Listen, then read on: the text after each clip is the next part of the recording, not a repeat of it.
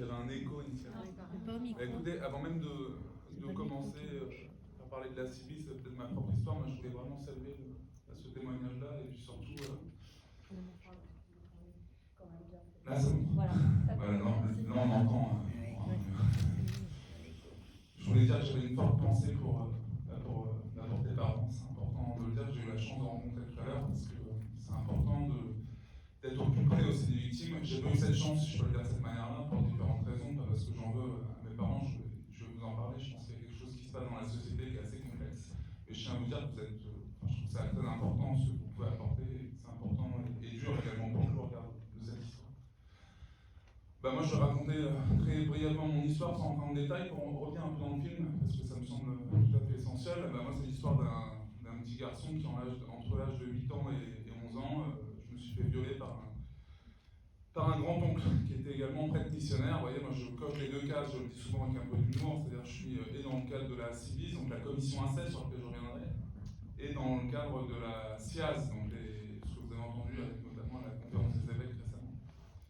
Et cet oncle, en fait, il passait à chacun de ses passages chez mes parents, entre l'âge de 8 ans et 11 ans, et à chacun de ses passages, il dormait dans ma chambre, voilà, tout simplement, et à chacun de ses passages, forcément, je dirais pas il abusait de moi, j'ai du mal avec ces termes-là, il n'était pas pédophile, il était bien pédocriminel. Il me violait, moi j'utilise des mots qui sont durs, c'est important, il faut bien se rendre compte de ce que c'est-à-dire qu'à l'âge de 8 ans, j'ai vécu une sodomie, voilà, de manière très dure peut-être, mais pour bien se rendre compte de ce que ça signifie pour un petit enfant de 8 ans qui grandit avec ça. Avec forcément quelque chose qui est incompréhensible réellement pendant longtemps, puisque c'est à l'âge de 19 ans que j'ai tout juste compris ce qui m'était arrivé, grâce à la télévision également, donc aux documentaires qui sont faits, je regarde André également qui en parlera. Et pour moi ça a été vraiment révélateur. J'ai dit, comme beaucoup de victimes en fait ce jour-là, à mes parents que c'est ce qui m'est arrivé. La première réaction de ma mère, parce que mes parents étaient là, c'était de dire on s'est fait avoir. Moi je n'ai pas cru en me disant mais c'est dingue, je n'arrivais pas à comprendre.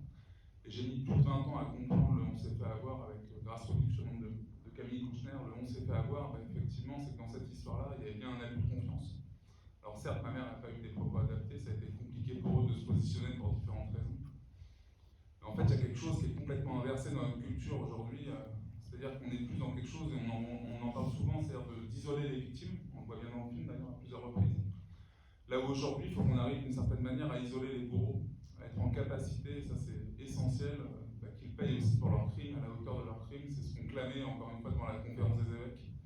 On demande aussi à ce que les évêques qui n'ont pas dénoncé à un moment donné puissent être condamnés par un état de droit et pas par l'Église, parce que pour nous c'est essentiel. Nous, victimes, quand nous prenons la parole, il y avait Gaz Loufoque d'ailleurs hier qui prenait la parole, pour certains, vous l'avez peut-être vu. C'est un sacrifice de prendre la parole devant vous, parce que c'est quelque chose d'extrêmement difficile. Ce qu'on souhaite, c'est que ça serve à tout le monde. C'est partout autour de nous. Ça ne veut pas dire pour autant qu'il faut être flippé, si j'ose dire, systématiquement. Ça veut dire simplement qu'il faut être à l'écoute. On parle de libérer la parole, il faut qu'on libère notre écoute. C'est quelque chose qui est essentiel. Donc je vous le disais, donc moi j'ai... Comment ? Donc ça a été un moment assez compliqué. Un moment de dépression également, pour revenir également sur ce que je disais, que j'ai pu connaître également, et pendant tout le travail que j'ai pu faire moi, avec un thérapeute à raison de 2 voire 3 fois par semaine, parce que c'était vraiment un moment assez difficile, me sont revenus d'autres souvenirs à un moment donné, assez douloureux, parce que j'avais plus aucun souvenir d'enfance réellement. Et là, ressurgissent à un moment donné des souvenirs d'un autre viol commis par 2 autres de mes cousins. Et j'en parle à ma famille, j'en parle à mes cousins qui reconnaissent les faits, et tout reste un peu dans la voie de l'agresseur, l'emprise en fait de mes agresseurs, c'est-à-dire que tout était présenté comme un jeu. J'avais 13 et 15 ans certes, mais imposer une fellation à l'âge de 15 ans, c'est pas un jeu, voilà, tout simplement à un enfant de 12 ans. Et ça, ma famille ne l'a pas compris, j'ai été complètement rejeté, vous voyez, je me retrouve un peu dans Festen, je me dis, moi j'ai été rejeté, je me rappellerai toute ma vie, vous voyez, Noël qui va arriver dans peu de temps, c'est toujours des moments difficiles pour moi, parce que j'ai eu 2 ans seul, voilà, pour le dire de cette manière-là, où mes propres parents préféraient inviter à table mes cousins que m'inviter moi-même. Voilà. Donc c'est des choses qui sont compliquées. Après on en fait un combat, c'est important de le dire, c'est-à-dire qu'il y a des choses positives. Moi aussi je suis heureux, j'ai 2 enfants, je suis sur Paris qui n'est pas très loin de Toulon, voilà, je vais dire de cette manière-là ici, voilà, je vais dire très large. Et je suis bien content d'ailleurs d'être avec vous. Et j'en fais un combat à travers la commission inceste donc, qui a été nommée. Je fais partie des personnes qui ont pris cette parole en janvier également, qui ont été, je connais un petit peu Camille Kouchner notamment et d'autres. Vraiment, ce qui a impulsé Camille Kouchner, c'est essentiel, c'est cette idée de co-victime. Nous sommes tous, la société est co-victime des violences sexuelles. On parle de 165 000 enfants par an victimes de violences sexuelles. Il ne faut pas s'isoler, il faut se souder les coudes. Et ça, c'est quelque chose qui est vraiment essentiel. Et c'est ce qu'on veut démontrer à travers la commission. La commission inceste, qui est donc co-présidée par le juge Durand et Nathalie Mathieu. C'est une commission où ce qu'on souhaite, c'est impulser une réelle culture de la protection. C'est de se dire qu'il y a quelque chose à travers le viol, bien souvent à travers les violences sexuelles, qui est complètement inversé.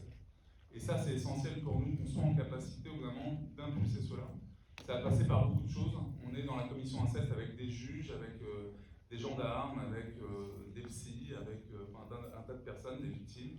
Moi, je suis également un acteur de la protection de l'enfance, puisque je suis directeur général d'une association de protection de l'enfance.